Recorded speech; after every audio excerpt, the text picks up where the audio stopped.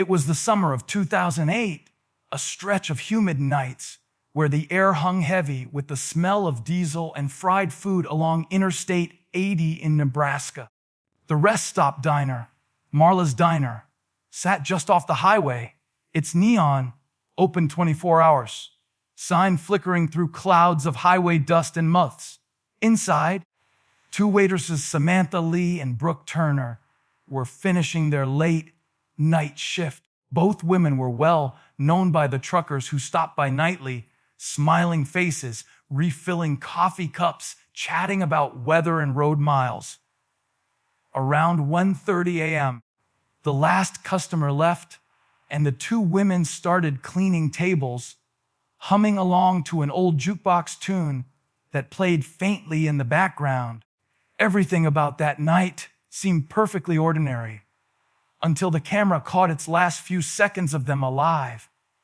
At 1:42 a.m., the diner's old security footage showed Samantha and Brooke locking the front door, laughing about something one of the truckers had said earlier. They stepped into the warm night air, walking toward their cars parked behind the building. The lot dimly lit by a single flickering lamp. One of them waved toward the highway as if someone had signaled from the road. Then the video feed glitched, static for 4 seconds, before cutting off completely. The next morning, when the day shift cook arrived, both cars were still there, doors unlocked, keys in the ignition, purses on the front seats. Not a single sign of struggle, no broken glass, no tire marks leaving the lot. It was as if the two women had simply evaporated into the Nebraska night. Sheriff's deputies combed through every inch of the area. Dogs were brought in but refused to move past the back dumpster, whining, pulling away as if something about the smell unsettled them. The ground there was sticky, and the air carried an odd sour tang, like spilled vinegar mixed with rot. One deputy noted that the gravel behind the diner seemed damp, though it hadn't rained in days. A greasy trail led from the dumpster to a drain behind the building, as if something thick and wet had been poured out and washed away. Locals started whispering almost immediately about the vinegar air, about how the lights behind Marla's Diner flickered differently that night. By the end of the week, the story of the two missing waitresses had already turned into a legend whispered by truckers along I-8001 that only got darker with time. After Samantha and Brooke vanished, Marla's Diner closed within weeks. The booths stayed empty, the coffee pots crusted over, and dust began to swallow the place whole. But the stories didn't stop. They multiplied. Truckers started telling strange tales over their CB radios late at night, warning each other about the I-80 rest stop that felt wrong. Some said when you drove past after midnight, the radio static wasn't random, it hummed like a whisper buried under the white noise. Others swore they saw a woman's reflection in their side mirrors, standing on the edge of the lot, even when no one was there. Her uniform always looked the same: red apron, white shirt, the same kind the missing waitresses used to wear. Locals from nearby Kearney avoided the diner altogether. A few teenagers tried sneaking in one night on a dare, and what they described later was enough to keep people away for good. They said the air inside was cold and wet, even though the power had been off for months. Tables were still set, as if waiting for customers. 2 half-empty glasses of water, 1 straw bent, 1 straw missing. The jukebox in the corner suddenly lit up on its own and played a single warped note before shorting out. And near the back hallway, one of them swore they heard a soft clinking sound, like glass jars tapping together. They ran out screaming before they reached the kitchen. In 2012, A man named Carl Benson bought the property, determined to scrub away the diner's bad reputation. He told the local paper he was going to reopen it as the new Marla's, promising good food, fresh start. For a week, construction crews worked inside, repainting walls and fixing broken tiles. But on the 8th day, Carl left town without warning. When police checked the building, they found his toolbox abandoned in the basement and a handwritten note taped to the door. It read, "The basement hums. Don't go near the barrels." No one ever found Carl Benson again.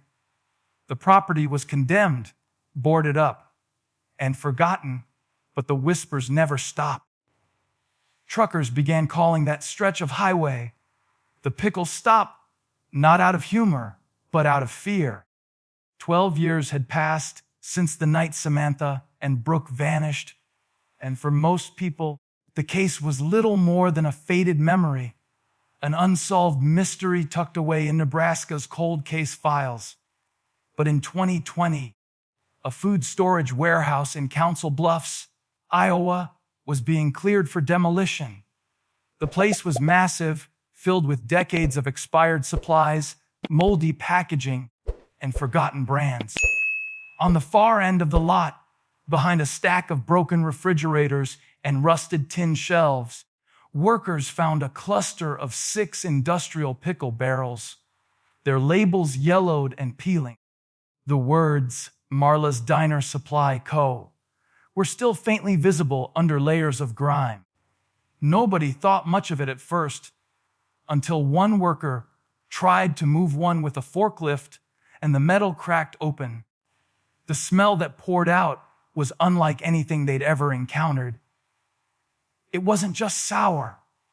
It was wrong, like rot wrapped in vinegar and something chemical. The workers gagged and stumbled back, thinking maybe a raccoon had drowned inside. But when the hazmat team arrived, what they found inside wasn't an animal.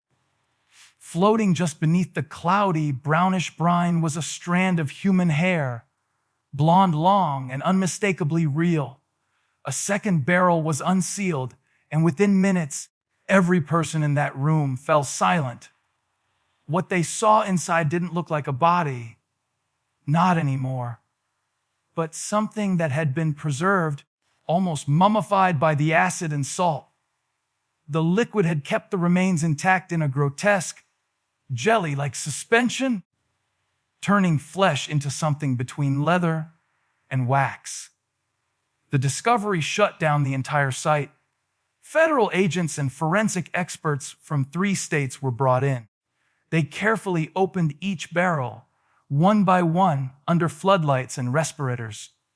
Inside were the same things: fragments of bone, fabric, hair, and traces of old diner uniforms that still held faint patterns of red and white stripes. Each barrel was stamped with a shipment date, all from July 2008, the exact month the Waitresses disappeared. Even stranger, one of the barrels contained 2 sets of fingerprints belonging to both missing women. The warehouse's old owner insisted he had no idea how the barrels got there. They'd been delivered years before his time. But every paper trail led back to the same dead company, named Marla's Diner Supply Co. And with that, the past came flooding back, thick, sour, and impossible to ignore. The investigation into the pickle barrels led authorities straight back to the woman whose name was still faintly painted on the diner's cracked sign. Marla Henning. At 71, she was living quietly in Clearwater, Florida, in a pale yellow house with white shutters and a front yard of dying roses. Detectives from Nebraska arrived unannounced, showing her photos of the recovered barrels. Marla's reaction was unsettling. She didn't flinch. She simply adjusted her glasses, looked at the pictures for a long moment, and said almost cheerfully, "I haven't seen those old things in years." Her calmness unsettled the room. When they asked about her husband, Hank Henning, she said he passed away in 2010. Heart failure or guilt? She joked, then went quiet. There was something in her tone. A strange pride wrapped in bitterness, as if she was remembering a secret she once promised never to share.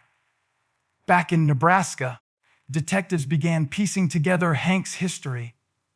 Before his death, Hank had run a small meat processing business in a rented warehouse, the same one where the barrels were found 12 years later. He specialized in pickling and curing meats, a side hustle that kept the diner stocked with its famous homemade pickles and sauces. Former employees remembered Hank as a man who liked the smell of vinegar too much, often working alone in the early hours, muttering to himself in the cold rooms. When forensic teams dug into his records, they found missing invoices, false company names, and hundreds of gallons of brine solution unaccounted for. One of the shipping manifests even listed 2 undocumented special preservation barrels sent from Marla's diner in July 2008, the same night the women disappeared. Investigators returned to Florida to confront Marla with the evidence. They found her house meticulously organized, shelves filled with old recipe books, jars of dried herbs, and rows of sealed mason jars filled with cloudy liquid. On the kitchen counter lay a worn leather notebook labeled Brine No, 7th preservation batch. Inside, handwritten recipes described mixtures of vinegar, salt, and binding solutions meant to keep tissue intact indefinitely. Some of the pages were stuck together with what looked like dried residue. Marla insisted the recipes were just experiments. Family tradition, she said. But in her garage, beneath a tarp, police discovered a freezer plugged into the wall and humming quietly.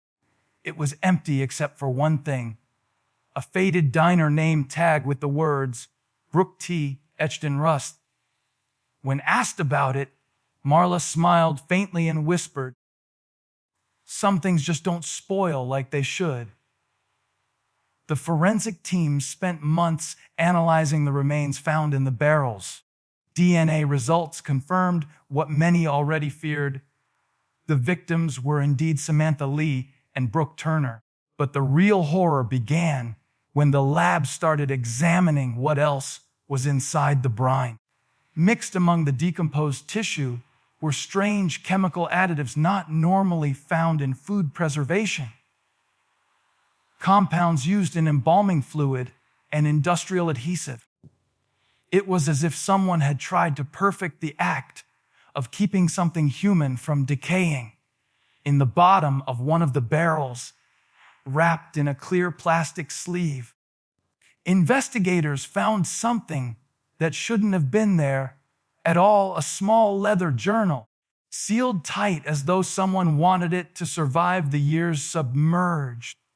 The ink had blood in places, but the words that remained were legible, and they weren't written by either of the missing women. The journal began like a confession, but quickly spiraled into something incoherent, written in shaky, uneven handwriting. The author described voices under the floorboards, at the diner, sounds that wouldn't stop, and the feeling that something lived in the brine once the first batch was poured. One entry said, "They whisper when the vinegar boils. They tell me they're not done yet." Later pages detailed experiments with new mixtures, each more disturbing than the last, describing how the brine fed on sound and kept them still but aware. The final page was dated weeks after the disappearance, the handwriting growing frantic. "They asked me to stay. The brine needs more." Every forensic expert who handled the notebook said the same thing. The pages reeked of vinegar, even after drying for days. It was as if the smell itself refused to die. The journal was sealed in evidence, but the legend didn't stop there.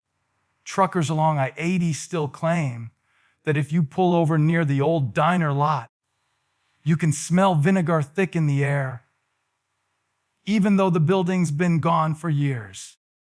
Some say they've seen two women walking along the shoulder of the highway at night, their aprons soaked, their faces pale and glistening, as if they'd just crawled out of something wet. Others have reported hearing the faint sound of glass jars clinking, carried on the wind from the direction of where the diner once stood. Locals still call that place the Pickle Stop, but not as a joke, more like a warning. Because no matter how long the years pass, the scent of what happened there never really leaves. So maybe the barrels were just the beginning. Maybe whatever was sealed inside them wasn't meant to stay quiet forever. Because every year, around the same week, the Waitresses disappeared. Something strange happens on that stretch of I-80. Phones lose signal, truck engines stall, and that same sour, choking smell of vinegar seeps through the night air, strong enough to make your eyes water. People say it's just old chemicals leaking from the ground, but drivers who've been through it swear they've seen something else. Two figures standing by the road, watching, waiting, their outlines blurry under the sodium lights. And if you roll your window down just a little, you can hear it, a soft bubbling sound like something fermenting just beneath the earth. So next time you stop for a midnight snack on a lonely highway and you catch that faint whiff of pickle brine in the air, don't look around. Don't follow the smell. Because on I-80, not everything that's preserved is meant to stay dead.